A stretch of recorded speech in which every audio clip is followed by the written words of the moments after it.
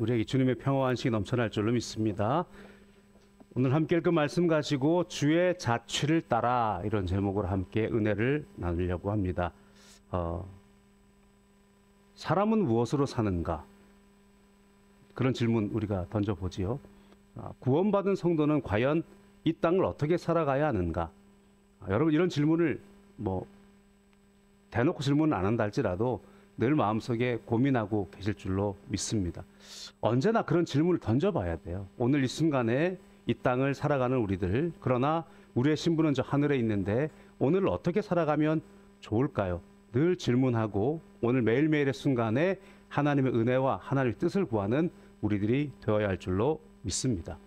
한마디로 정리해라 그러면 예전에 우리 그 크리스천 고전으로 쓰여졌던 토마스 아켄피스의 그 유명한 책 제목이 답인 것 같아요. 그리스도를 본받아, 그렇게 말을 하잖아요, 그죠? 오늘 베드로는 무엇라고 우리에게 한마디로 권면하냐면 그리스도가 본을 보이셨으니 그 자취를 따르라, 그렇게 말씀하고 있어요. 나중에 결론적으로 말하겠습니다만은 본이라고 하는 게 이게 경상도 사람들은 이 말 참 많이 쓰거든요. 본 뜬다 그래요. 그게 뭐냐면 말 그대로 이렇게 본을 뜨는 거예요, 그죠? 본을 뜨잖아요. 그러면 그거 그대로 자르는 거잖아요. 그러면 본을 뜬다는 말은 또 뭐라 그러냐면 밑그림을 그리는 걸 보고 본을 뜬다 그래요. 그러니까 밑그림을 그리면 그 위에 그대로 따라서 그린단 말이에요. 이게 본을 따라서 자취를 따라가는 거예요. 예수님께서 가신 그 길을 그대로 행하면 된다, 그런 말씀이 되겠습니다. 로마의 포갑 가운데 있어요. 베드로가 성도들에게 자주 반복합니다마는 결코 인생을 포기해라, 그런 말을 하고 있지 않다는 거죠. 세상을 전복시켜라, 그런 말도 하지 않고 있다라고 하는 것입니다. 어떤 면에서는 이 베드로전서를 자세히 읽어보면 과연 세상을 이처럼 어떻게 보면 좀 바보같이 이렇게 살아야만 되나? 라고 할 정도의 그저 신앙인답게 선을 행하면서 삶을 견뎌내라고 말씀을 하고 있습니다. 여러분, 우리가 오늘날의 많은 사상과 함께 신앙이 섞여 있어서 신앙생활을 조금 오해하시는 경우들이 있는 것 같아요. 신앙인의 삶은 똑똑한 사상가가 되는 것이 아닙니다.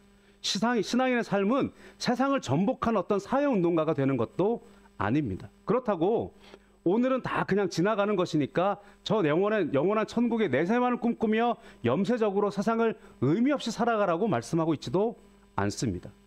또 한 가지 질문은 뭐냐면 다들 그리스도를 본받는다고 이야기를 하는데 여러 가지 갈래길이 있는 것 같아요, 사람들마다. 물론 다양한 삶의 행태가 있죠, 그죠? 그리고 다양한 삶의 생각과 방법들이 있습니다. 그만큼 우리들도 그리스도를 닮아가는 적용점은 다를 수가 있을 것입니다. 그러나 우리가 분명하고 정확하게 우리가 한번 생각을 초점을 맞출 필요가 있는 것은 무엇이냐면 그리스도를 본받는다라고 할 때 내 입장을 정해놓고 내가 원하는 것을 결정해놓고 주님을 따른다, 이렇게 말을 하면 안 맞는 거라는 거죠. 되게 많은 삶이 어떻게 하느냐면 내가 사상을 정해놔요. 그리고 내가 삶의 방법들을 만들어놔요. 그리고 난 다음에 예수님이 하신 말씀들을 발췌하는 경우가 많아요. 그리고 난 다음에 거봐라, 예수님도 이럴 때는 이렇게 하라고 말씀하지 않았느냐라고 내 주장을 곤고하게 하는 배경으로 말씀을 생각하는 경우가 많이 있다라고 하는 것입니다. 안타깝게도 특히 신학을 한다고 하는 분들이 그렇게 많이 하고 있다는 거예요. 그러다 보니까 여러 가지 갈래에 다 주님을 위한데요, 다 주님의 뜻을 따른대요, 다 주님을 본받는데, 그런데 정반대 일들을 할 때도 있더라고 하는 것입니다.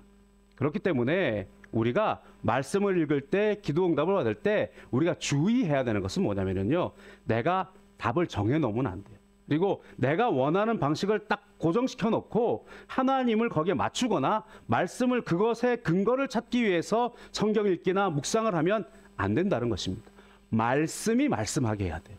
그렇기 때문에 우리가 성경 말씀을 한 구절 딱 보고 와, 이건 너무 좋아, 이건 내게 걸맞는 말씀이야, 이렇게만 해석하시면 안 돼요. 물론 하나님 말씀은 한 단어, 한 마디, 한 문장이 살아계신 하나님 말씀이어서 우리의 삶에 적용이 되겠지요. 그러나 우리 하나님 말씀이 두날 가진 검보다 예리한 활력 있고 어떤 살아있는 그런 말씀이 되기 위해서는 내가 말씀을 들고 난도질을 하면 안 돼요. 말씀이 나를 찔러 쪼개야 돼요. 그 말씀은 뭡니까? 내가 중심이 되어져서 말씀을 연구하는 것이 아니라 말씀이 무엇라고 말씀하고 있는가를 자세히 살펴서 그 말씀이 내게 말씀하시도록 해야 된다고 하는 것입니다.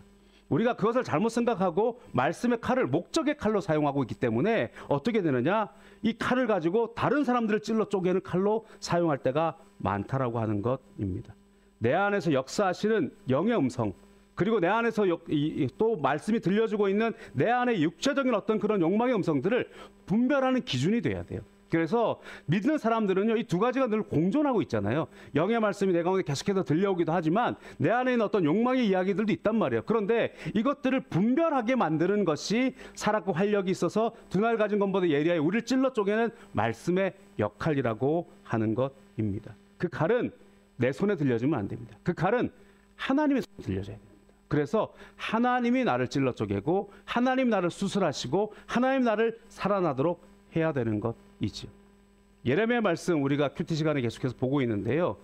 예레미야가 바룩이라고 하는 사람에게 말씀을 기록하도록 합니다. 아니, 하나님께서 예레미야에게 명령하셨죠. 그리고 바룩이 그것을 기록했어요. 그리고 서기관이 왕 앞에 가서 이 말씀을 두루 아래에 기록된 하나님의 말씀을 읽습니다. 그때에 겨울 궁전에서 이 여호야김이 그 말씀을 들어요. 그런데 두세 페이지 듣고 난 다음에 면도칼로 도려냅니다. 그리고 난 다음에 어떡합니까? 그 말씀을 화롯불에다 태워버려요. 그래서 말씀이 나를 찔러 쪼개야 되고 말씀 앞에 옷을 찢고 말씀 앞에 죄를 뒤집어 써야 되는 우리들인데 오히려 내가 말씀을 판단하고 말씀을 자른 다음에 말씀을 불에 태워서 말씀을 죄로 만들어버려요. 그러나 하나님의 말씀은 내가 잘랐다고 내가 죄로 만들었다고 사라지지 않습니다. 하나님의 말씀은요, 이미 선포된 하나님의 말씀은 살았고 활력 있는 말씀으로 세상을 변화시키는 말씀인 것입니다. 말씀이 들릴 때에 우리가 어찌할꼬라는 고백이 있어야 돼요. 말씀이 들릴 때에 우리 가슴을 찢어야 돼요. 말씀이 들릴 때에 우리의 마음을 찢고 죄를 무릅쓰고 무릎을 꿇을 줄 알아야 하는 것입니다. 귀를 막고 요나처럼 제 길로 가버릴 때가 얼마나 많습니까? 그러다가 우연히 만난 순적한 길을 바라보며 하나님의 뜻이다 그럴 때가 얼마나 많습니까? 우리들의 잘못된 선택이 스데반을 죽이는 일이 될 수 있어요. 예수님은 그리스도인들을 박해하러 갔던 사울이었던 바울에게 뭐라고 말씀합니까? 나는 네가 박해하는 예수라 그랬어요. 바울은 예수님을 박해한 적이 없어요. 예수 믿는 사람들을 박해했죠. 그러나 예수님은 예수님 때문에 박해받는 사람과 예수님을 동일시하고 있습니다. 그러므로 우리가 자칫 잘못하면 나는 예수님을 반대한 적이 없어요. 나는 하나님의 말씀을 반대한 적이 없어요. 아니요. 우리는 하나님을 반대할 수도 있다는 거예요. 하나님을 우리가 핍박할 수도 있다라고 하고 있는 것입니다. 개인의 삶에서 이런 경험들이 사실은 있어요. 우리가 그죠? 무언가 이것이 옳다, 이것이 맞다라고 고집하며 걸어가다가 그러나 결국 하나님의 말씀이 들러와서 순종하고 아멘입니다, 그렇게 하겠습니다 경험했던 적은 많고 여러분들이 신앙의 연수만큼 그런 경험들이 퇴적되어져서 지금 삶의 방식들을 만들어가고 계실 것입니다. 그런데 개인적인 신앙뿐만 아니라 나라와 민족과 사회를 향한 생각들도 우리가 이 신앙적인 토대를 가지고 가야 되는데 우리의 신앙과 사회를 향한 어떤 그런 이 태도들이 다를 때가 있어요. 개인적으로는 주님의 뜻이 이루어지겠지, 하나님의 말씀이 그러니까 하나님께서 반드시 역사하실 거야 하면서도 세상에는 옳은 소리를 내야 되고 세상에는 정의를 외치는 그런 것들이 오늘날에 많이 있는 것처럼 보여집니다. 나중에 조심스럽게 적용해 보겠습니다만은 오늘 말씀에 왕들에게 순종하라, 총독에게 순종하라, 상관에게 순종하라 말씀했지만 그때와 지금이 조금 다른 부분은 분명히 있어요. 왜냐하면 분명하게 오늘 말씀에 뭐라고 말씀하냐면 제도에 순종하라 그렇게 돼 있거든요. 제도에 순종하라. 그러니까 지금은 왕이 다스리는 제도는 아니잖아요. 그러니까 우리가 왕에게 순종할 필요는 없는 거죠. 지금 우리 제도는 민주주의 제도가 있어요. 우리가 특별히 참여할 수 있고 우리의 의사를 표현할 수 있는 제도가 있습니다. 그러면 그 제도 안에서 활동하는 것들은 틀리지 않아요. 그러나 이 제도를 안에서 우리가 활용한다고 말을 하지만 결국에는 우리의 의견을 관철하기 위해서 내 주장을 앞세우기 위해서 무언가 좀 다른 어떤 그런 차원의 것들이 있어요. 그죠? 그것들을 우리가 잘 분별해야 된다라고 하는 것입니다. 옳음보다 앞서는 것은 무엇입니까? 선함입니다. 거룩입니다. 오늘 예수님께서 예수님을 모델로 제시하고 있습니다. 십자가의 예수님을 떠올리면 사실 모든 일에 답이 보입니다. 그렇게 완벽한 모범이 없습니다. 모든 일에 예수님의 십자가를 한번 떠올려 보면 답이 보여요. 자, 오늘 조금씩 하나씩 살펴보면서 짚어가면서 살펴보려고 합니다. 첫 번째로 오늘 베드로는 어떻게 살아가라고 말씀하고 있느냐? 거류민과 나그네의 정체성을 잊지 마라 이렇게 말씀하고 있습니다. 계속해서 베드로는 우리들에게 뭐라고 말씀하고 있냐면 택함 받은 나그네다 그렇게 말씀하고 있어요. 우리가 이곳이 본향이 아니라고 성경은 계속해서 말씀하고 있습니다. 이곳이 본향인 것처럼 살아가면 우리의 정체성을 잃어버리게 돼 있습니다. 우리는 거류민이고 나그네입니다. 거류민이란 말은 뭐냐면 말 그대로 외국인입니다. 외국인 거류증을 받은 사람들. 우리가 이 땅을 살아가기 때문에 너무나 익숙한 단어가 아닙니까? 우리가 이 해외에서 살아가고 있는 사람이기 때문에 너무나 잘 알아요. 외국인이에요. 그죠? 외국인. 제가 지난번에도 한국 다녀왔을 때 그렇게 고백했습니다만은 이번에도 한국 다녀왔는데 다녀왔습니다. 그런단 말이에요. 그죠? 북경 공항에 딱 내렸는데요. 입국 심사를 통과하자마자 그 수도공항을 딱 나와서 이 고속도로를 타는 순간에 그 편안함이 있잖아요. 이렇게. 야, 이제 왔구나. 집에 왔구나. 이런 느낌이. 그게 참 아이러니하죠. 그죠? 예. 한국에 왔을 때 일부러 간 것 같고 이 북경에 오면 집에 온 것 같습니다. 그렇지만 우리는 외국인이란 말이에요. 그죠? 그렇지만 우리는 거류민입니다. 그렇기 때문에 분명히 한국의 법과 한국의 어떤 전통과 물론 이 땅을 살아가면서 이 땅의 법과 이 땅의 전통을 준수하면서 살아갑니다. 그러나 우리들은 이 두 가지의 것들 가운데 때로는 갈등도 하지만 우리 가운데 우선순위는 분명히 정해져 있다라고 하는 것을 기억합니다. 어떻게 보면 우리가 해외에 살아가면서 조금 더 자유롭다, 해외에 살아가면서 조금 더 마음이 편안하다. 왜 그러냐? 외국인이라서 그래요. 외국인이라서. 거류민이라서 그래요. 거류민이라서. 한국에서 한국을 살아가는 마음과 외국을 살아가는 마음 속에 그 무언가가 있잖아요. 그죠? 예. 때로는 고통스럽기도 하고 때로는 버겁기도 하고 때로는 불편하기도 하지만 우리가 이 땅을 살아가는 그 무언가가 있단 말이에요. 그죠? 예. 그게 왜냐? 말 그대로 외국인이라서 그래요. 천국 시민권을 가지고 있는 우리들의 모습도 그래요. 천국 시민권자인데 천국에 안 살고 이 땅을 살아가니까 불편한 부분이 분명히 있죠. 그러나 우리 가운데 그 무언가 남들이 알지 못하는 그 뭔가가 있단 말이에요. 그죠? 왜냐하면 우리는 이 땅을 살아가지만 나에게는 저 영원한 천국이 있다. 나는 이 땅을 살아가지만 이 땅의 세상의 모든 것들 가운데 내가 잠식될 수는 없다. 나에게는 세상의 법칙이 아니라 하늘의 법칙이 있다. 무언가 우리 가운데는 그것 명예이기도 하고 자존심이기도 하고 뿌듯함이기도 하고 행복감이기도 하고 그 무언가 있단 말이죠. 오늘 천국 시민권자의 삶의 방식을 본문은 무엇이라고 말씀하고 있습니까? 11절과 12절 다시 한번 읽어보겠습니다. 우리 소리내서 같이 읽어보겠습니다. 사랑하는 자들아 거류민과 나그네 같은 너희를 권하노니 영혼을 거슬러 싸우는 육체의 정욕을 제어하라. 너희가 이방인 중에서 행실을 선하게 가져 너희를 악행한다고 비방하는 자들로 하여금 너희 선한 일을 보고 오시는 날에 하나님께 영광을 돌리게 하려 함이라. 아멘. 거류민과 나그네된 우리들이에요. 그런데 첫 번째는 나 자신에게 무엇을 주의해야 되냐면 내 영혼을 거스르는 육체의 정욕을 제어하라 이렇게 말씀하고 있어요. 육체의 정욕대로 따라가면 내 영혼을 거스른다는 거예요. 이것이 싸우고 있다는 거예요. 분명히 우리 가운데는 영적인 법칙이 있고 세상의 법칙이 있습니다. 그러나 우리 가운데에 육체에 따라서 육체 가운데 살아갈 우리들이 아니라고 하는 것. 날마다 우리는 육체의 정욕을 제어해야 돼요. 우리가 이것을 없애고 세상에 살아갈 수는 없죠. 그러나 제어해야 된다는 거예요. 그러면서 또 한 가지의 법칙이 있는데 그게 뭐냐면 이방인들은 분명히 이 세상에 살아가는 사람들은 분명히 우리가 선한 행실을 한다고 할지라도 우리를 악행한다고 비방할 것이다 라고 전제하고 있어요. 분명히 우리는 믿음 가운데서 세상 누가 봐도 믿음의 사람들이 세상 사람들보다는 나아요. 그런데 또 다른 기준, 어떤 기준을 가지고 있든지 간에 악행한다라고 자꾸만 우리를 비방해요. 그러면 거기에 억울하다 싸우는 것이 아니고요. 우리 가운데의 선행을 그냥 지켜서 나가는 거예요. 그러면 주님 다시 오시는 그날에 하나님께 영광을 돌리게 하는 것이다. 이렇게 말씀했어요. 자, 적용을 좀 해보면 여러분, 내게 있어서 가장 큰 골칫거리는 무엇이냐? 부모님이 아닙니다. 내게 있어서 가장 큰 골칫거리는 자녀가 아닙니다. 내게 있어서 가장 큰 골칫거리는 직장이 아닙니다. 내게 있어서 가장 큰 골칫거리는 나 자신입니다. 그렇기 때문에 사도 바울은요, 오호라 탄식하고 있단 말이에요. 오호라 탄식하는. 이방인과 함께 그걸 적용해 보면은요, 무슨 말이냐면은요, 자, 이방인은 어쨌든 우리를 거짓으로 조롱하고 악행으로 모함하고 합니다. 그런데 그것에 맞서서 싸워서는요, 그것은 우리가 지는 거예요. 맞서서 싸우면은요, 다 무너져 버려요. 어떻게 해야 되느냐? 선한 행실로 나가야 되는데, 오늘 말씀이 조금 독특하다 그럴까요? 특별한 말씀이 이해를 해야 돼요. 12절을 우리가 다시 한번 보면 뭐라고 되어 있냐면요, 너희가 이방인 중에서 행실을 선하게 가져. 우리가 알겠어요, 그죠? 너희를 악행한다고 비방하는 자들로 하여금, 자, 악행한다고 비방하는 자들에게 무언가를 해야 돼요, 그죠? 그러면 맨 마지막에 영광을 돌리게 하람이라잖아요. 영광을 돌리게 하람이라. 그러면 누가 영광을 돌리는 거예요? 내가요?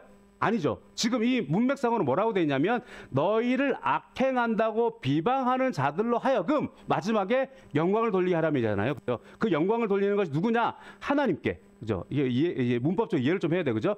자, 너희가 이방인 중에 선하게 행을 행하면, 선한 행실을 가지면 어떻게 되느냐?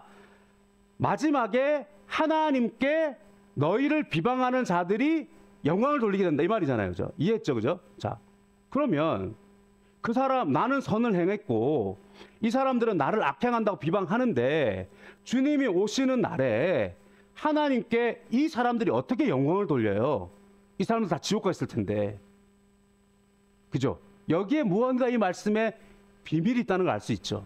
자, 이 말씀 무슨 말씀이냐면요, 너희가 이방인 중에서 행실을 선하게 가지면 분명히 너희를 악행한다고 비방하는 사람들이 있을 것이다. 그런데 그 사람들의 너의 선한 일을 보고 그 사이에 무언가가 있었다는 이야기예요. 그래서 오시는 날에 하나님께 영광을 돌린단 말이에요. 너희들이 하나님께 영광을 돌리는 게 아니에요. 그죠? 우리는 이 말씀, 우리가 1차적으로 생각하면 어떻게 생각할 수 있냐면, 이방인 앞에 선을 행하면 그들이 우리 가운데 선을 볼 것이다. 그리고 이것이 너희가 주님 오시는 날에 하나님께 영광을 돌리는 일이 될 것이다. 이렇게 이해를 할 텐데, 그게 아니라는 거예요.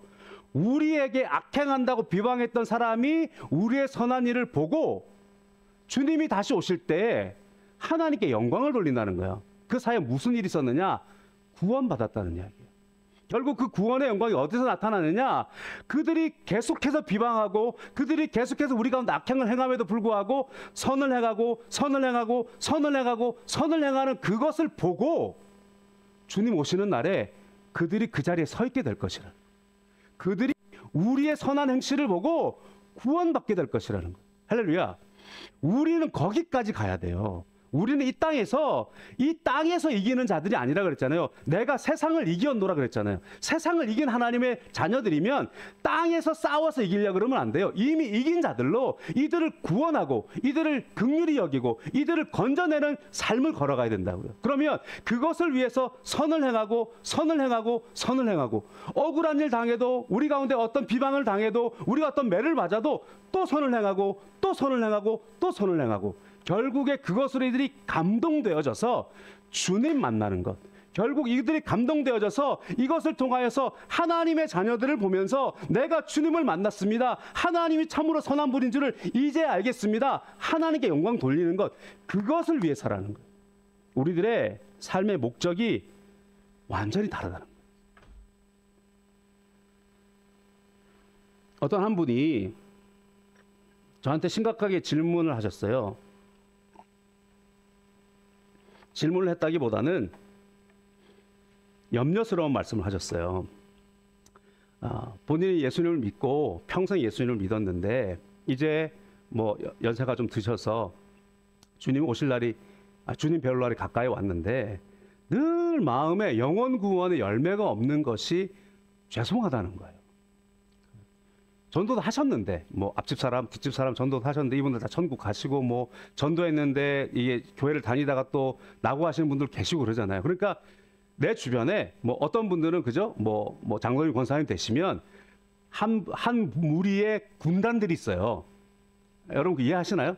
한 분이 영혼 구원해서 그분이 또 영혼 구원하고 그분이 또 영혼 구원하고 그분이 또 영혼 구원해가지고 이렇게 그분으로 말미암아서 이렇게 따져보면 이렇게 뭐 이해하시죠? 그러니까 그 전도 잘하시는 분, 그런 분들이 있거든요. 구역장을 맡겨놨더니 구역 아니죠.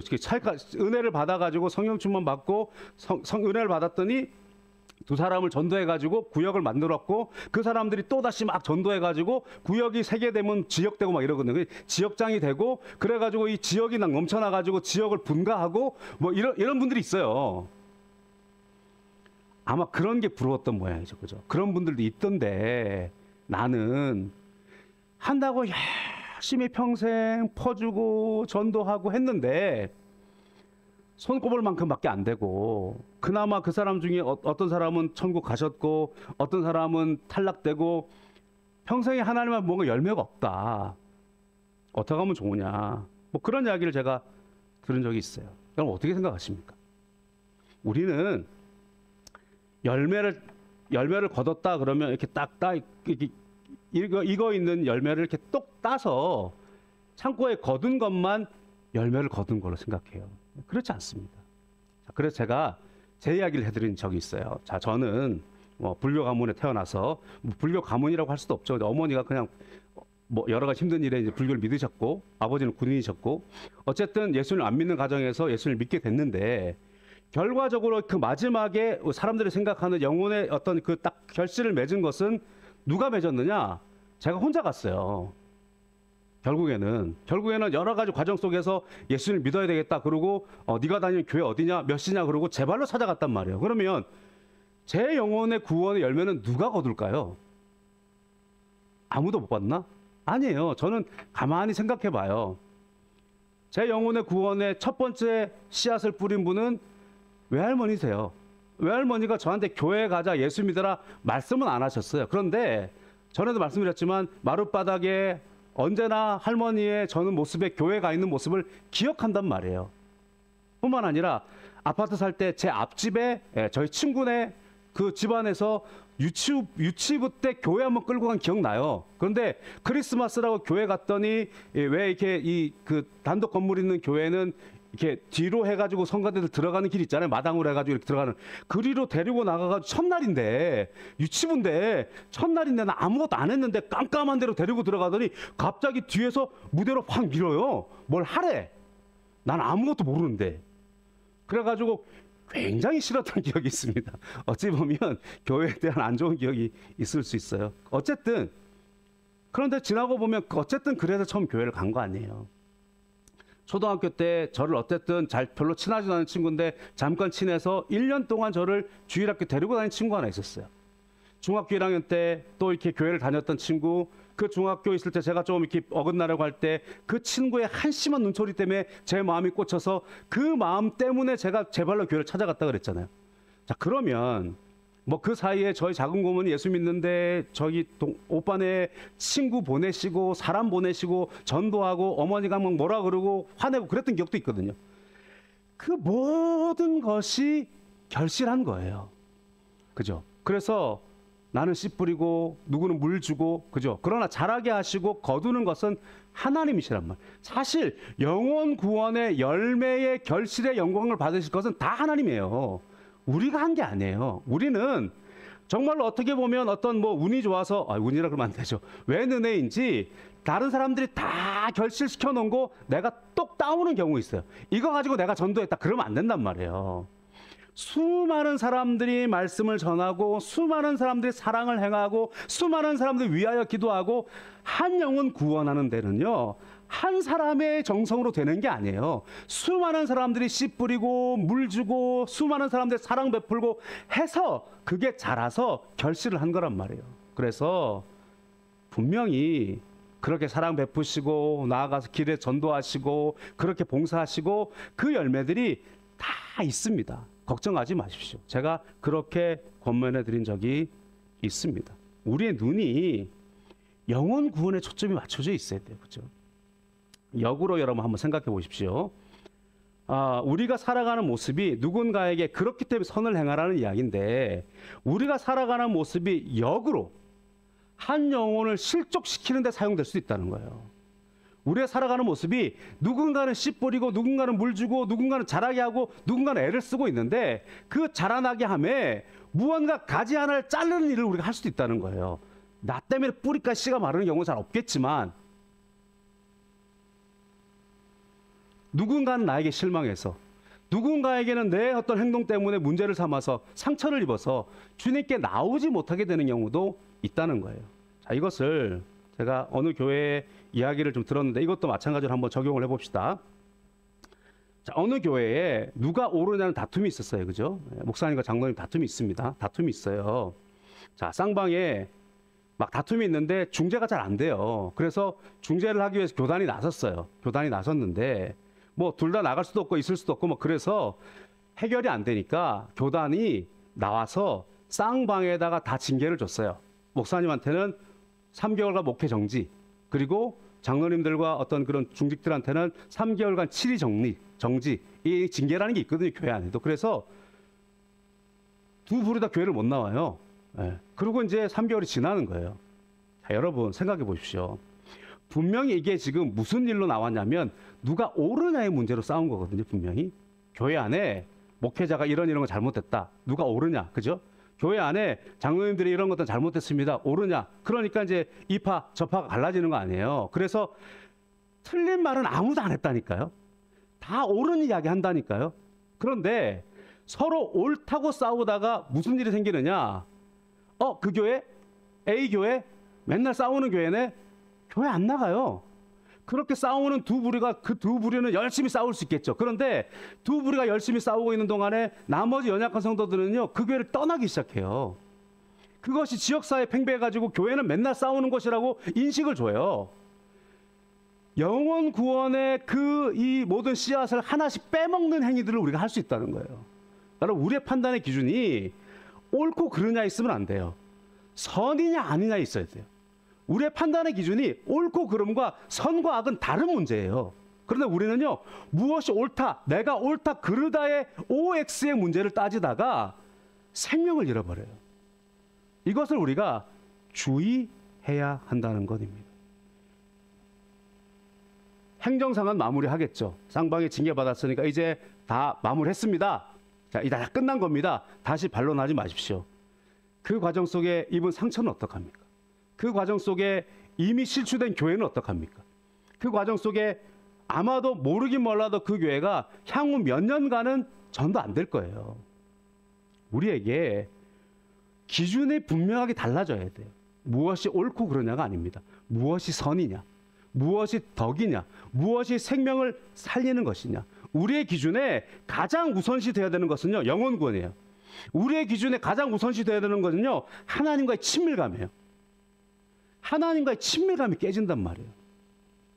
그거 깨어지는 것은요, 사탄이 박수치고 있는 일. 분명히 우린 기억해야 됩니다. 믿음의 우리들에게 첫 번째 순위, 두 번째 순위 뭐 바뀔 수 있어요, 그죠? 하나님과 친밀해졌느냐, 영혼 구원과 생명을 살리는 일에 사용이 되고 있느냐. 여러분, 옳고 그름이 아니라 무엇이 선인지 그것들을 바라볼 수 있는 우리들이 되어야 될 것입니다. 지금 베드로가 이야기하고 있는 것이 그것이에요. 너희들이 거리민과 나그네로 있을 때 다른 것에 눈을 받치면 안 된다. 육체의 정욕을 제어하고, 옳고 그름을 사실 따지지만 실은 육체의 정욕으로 나서는 경우가 많다는 거예요. 옳고 그름을 따지는 것이 아니라 그걸 제어하고, 선을 행한다 할지라도, 악함이 왔다 할지라도 악을 악으로 이기려고 하지 말고 선으로 악을 이겨라 라고 말씀하고 있는 바울의 말과 같은 맥락이라고 할 수 있는 것입니다. 두 번째로 같은 맥락입니다만은 이렇게 정리할 수 있습니다. 어떤 순간에도 그리스도인이기를 포기하지 마십시오. 우리의 신분을 잊지 말아야 한다는 거예요. 그리스도인으로 살아간다는 뭐냐? 선행과 거룩을 지키는 거예요. 선행과 거룩을 지키는 거. 자, 그 말씀들을 쭉 몇 구절로 있는데 한번 읽어보겠습니다. 12절 말씀 다시 한번 읽습니다. 너희가 이방인 중에서 행실을 선하게 가져 너희를 악행한다고 비방하는 자들로 하여금 너희 선한 일을 보고 오시는 날에 하나님께 영광을 돌리게 하려 함이라. 이 말씀 정리됐죠, 그죠? 악을 계속해서 한다 할지라도 선을 계속해서 행하여 그들까지 변화시키는 선으로 가야 된다는 거예요. 15절 16절 같이 읽겠습니다. 자, 곧 선행으로 어리석은 사람들의 무식한 말을 막으시는 것이라. 너희는 자유가 있으나 그 자유로 악을 가리는 데 쓰지 말고 오직 하나님의 종과 같이 하라. 그죠? 무식한 말을 선행으로 막아야 된다. 자유가 있지만 다만 악을 막 가리는 데 쓰지 말고 끝까지 그냥 선을 행하라는 거예요. 자, 오늘 19절 20절에 우리 가운데 더 실질적인 말씀이 있어요. 요즘 사람들이 이해를 좀 못할 수도 있어요. 같이 한번 읽어보겠습니다. 부당하게 고난을 받아도 하나님을 생각함으로 슬픔을 참으면 이는 아름다우나 죄가 있어 매를 맞고 참으면 무슨 칭찬이 있으리요. 그러나 선을 행함으로 고난을 받고 참으면 이는 하나님 앞에 아름다우니라. 부당한 일을 받아도 하나님 생각하면서 슬픈 일을 당하도 참으라는 거예요. 선을 행하였으면 그것으로 됐다는 거예요. 하나님께서 갚으신다는 거 사실은요. 그래서 하나님 앞에 그럼에도 불구하고 저는 선을 행하겠습니다라고 참고 나아가면 이것이 하나님께 아름답다. 그런데 우리가 잘못 행하여서 매를 맞으면 그게 무엇이 남겠느냐라고 말씀하고 있는 것입니다. 부당하게 고난받고 참는 것이 크리스천입니다. 부당하게 고난받았다고 막 총칼 다들고 목소리 높이는 것이 그것이 크리스천이 아니고 선을 행함으로 참는 것입니다. 좀 적용이 잘 안 될 수도 있어요. 자, 이것을 여러분 약간 그 극단으로 가면 이해할 수 있어요.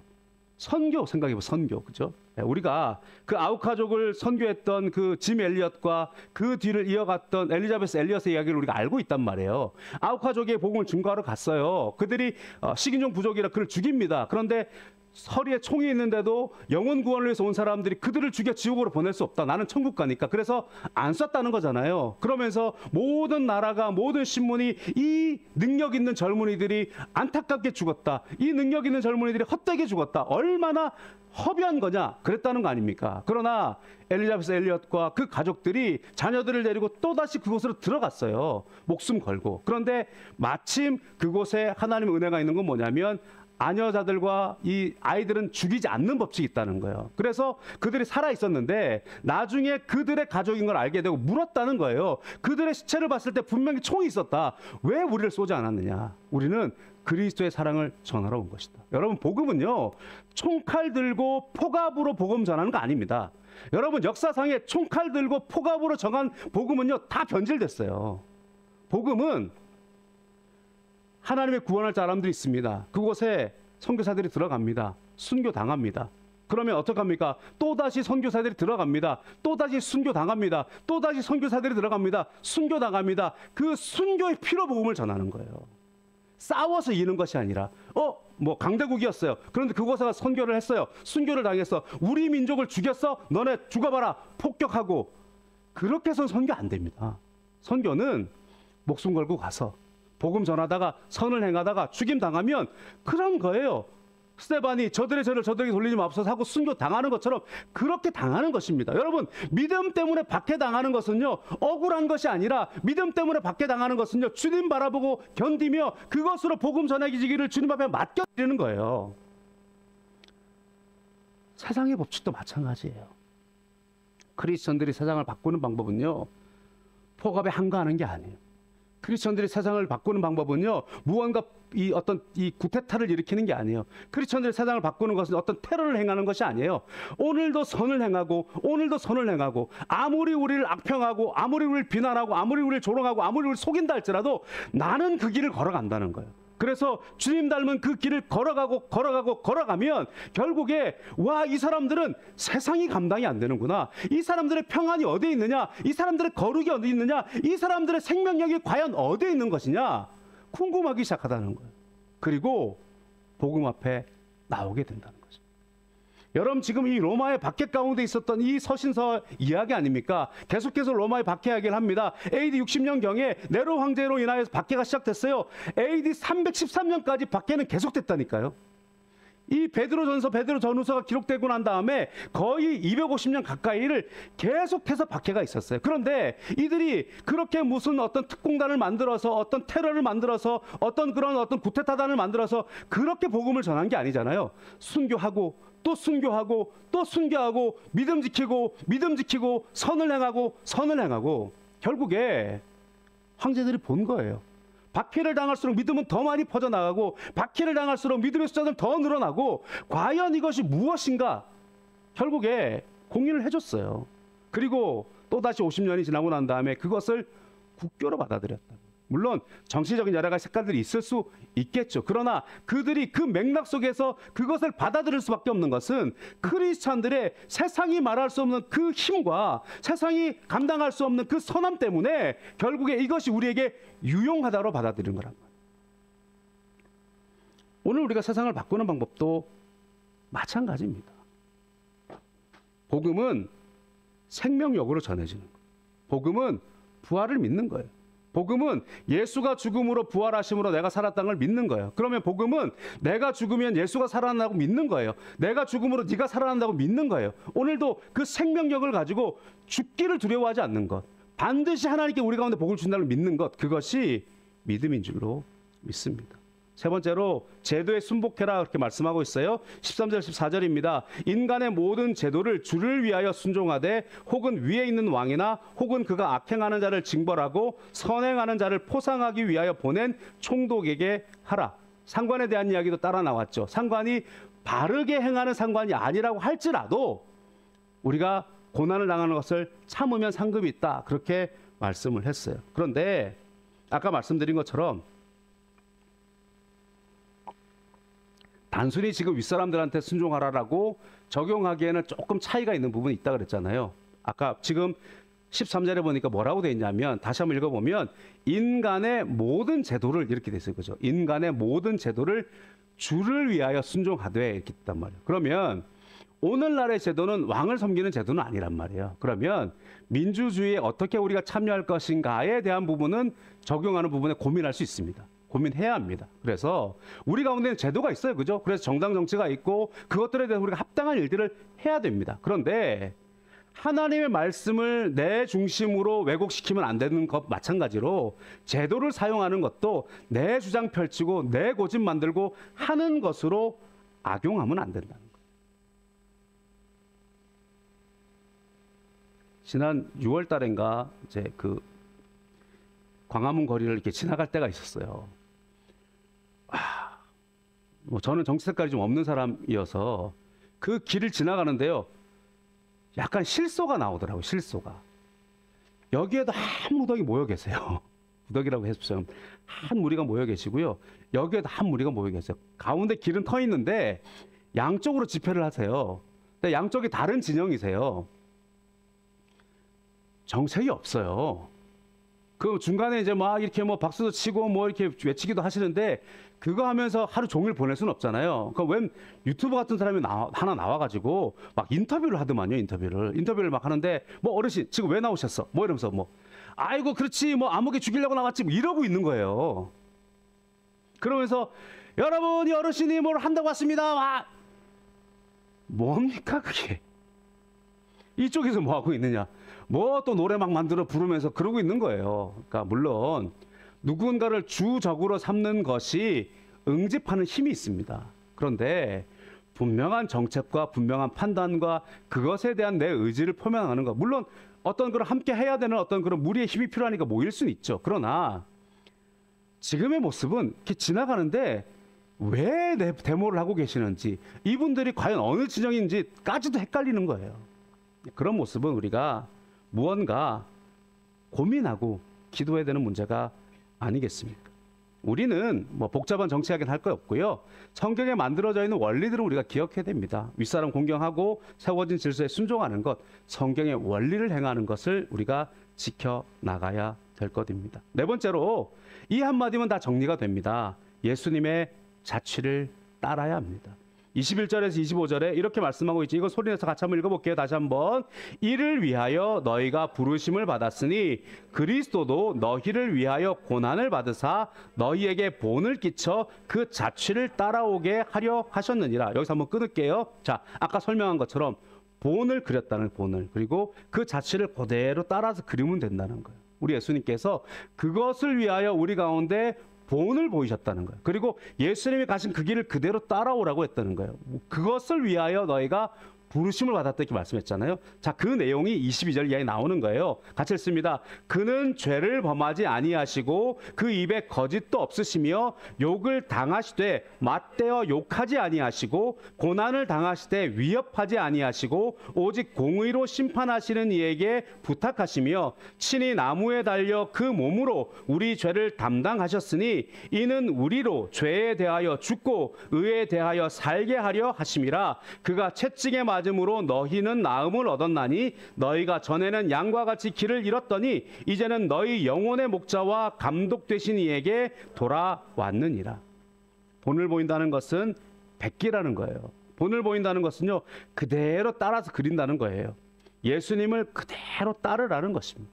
결국 그 본이 뭡니까? 나무에 달려 죽으시고 채찍 맞으심으로 우리를 고치시고 길을 잃은 우리들에게 길이 되어주시고 예수님의 희생으로 우리가 사는 것, 결국 타인을 구하는 것, 생명을 살리는 것, 영혼을 구원하는 것, 하나님께로 더 가까이 나아가는 것, 주님의 뜻이 우리 가운데 임하는 것. 예수님이 십자가에서 우리에게 보여주신 모범이 무엇입니까? 단어로 정리해보면 용서입니다. 인내입니다. 사랑입니다. 우리가 모든 순간에 지금 예수님이라면 어떻게 하실까? 그리스도의 발자취를 따라가야지. 예수님의 십자가, 그 발자취는 무엇인가? 십자가를 바라보면 된다라고 말씀하고 있습니다. 우리는 거류민입니다. 나그네입니다. 세상과 다른 방법으로, 세상과 다른 목적을 향하여 걸어가고 있습니다. 오늘 우리 가운데 선을 행하는 일에, 생명을 살리는 일에, 주님께 가까워지는 것에, 주님의 나라가 임하는 일에 오늘도 함께 저와 걸어가는 저와 여러분 되시기를 예수님의 이름으로 축원을 드립니다.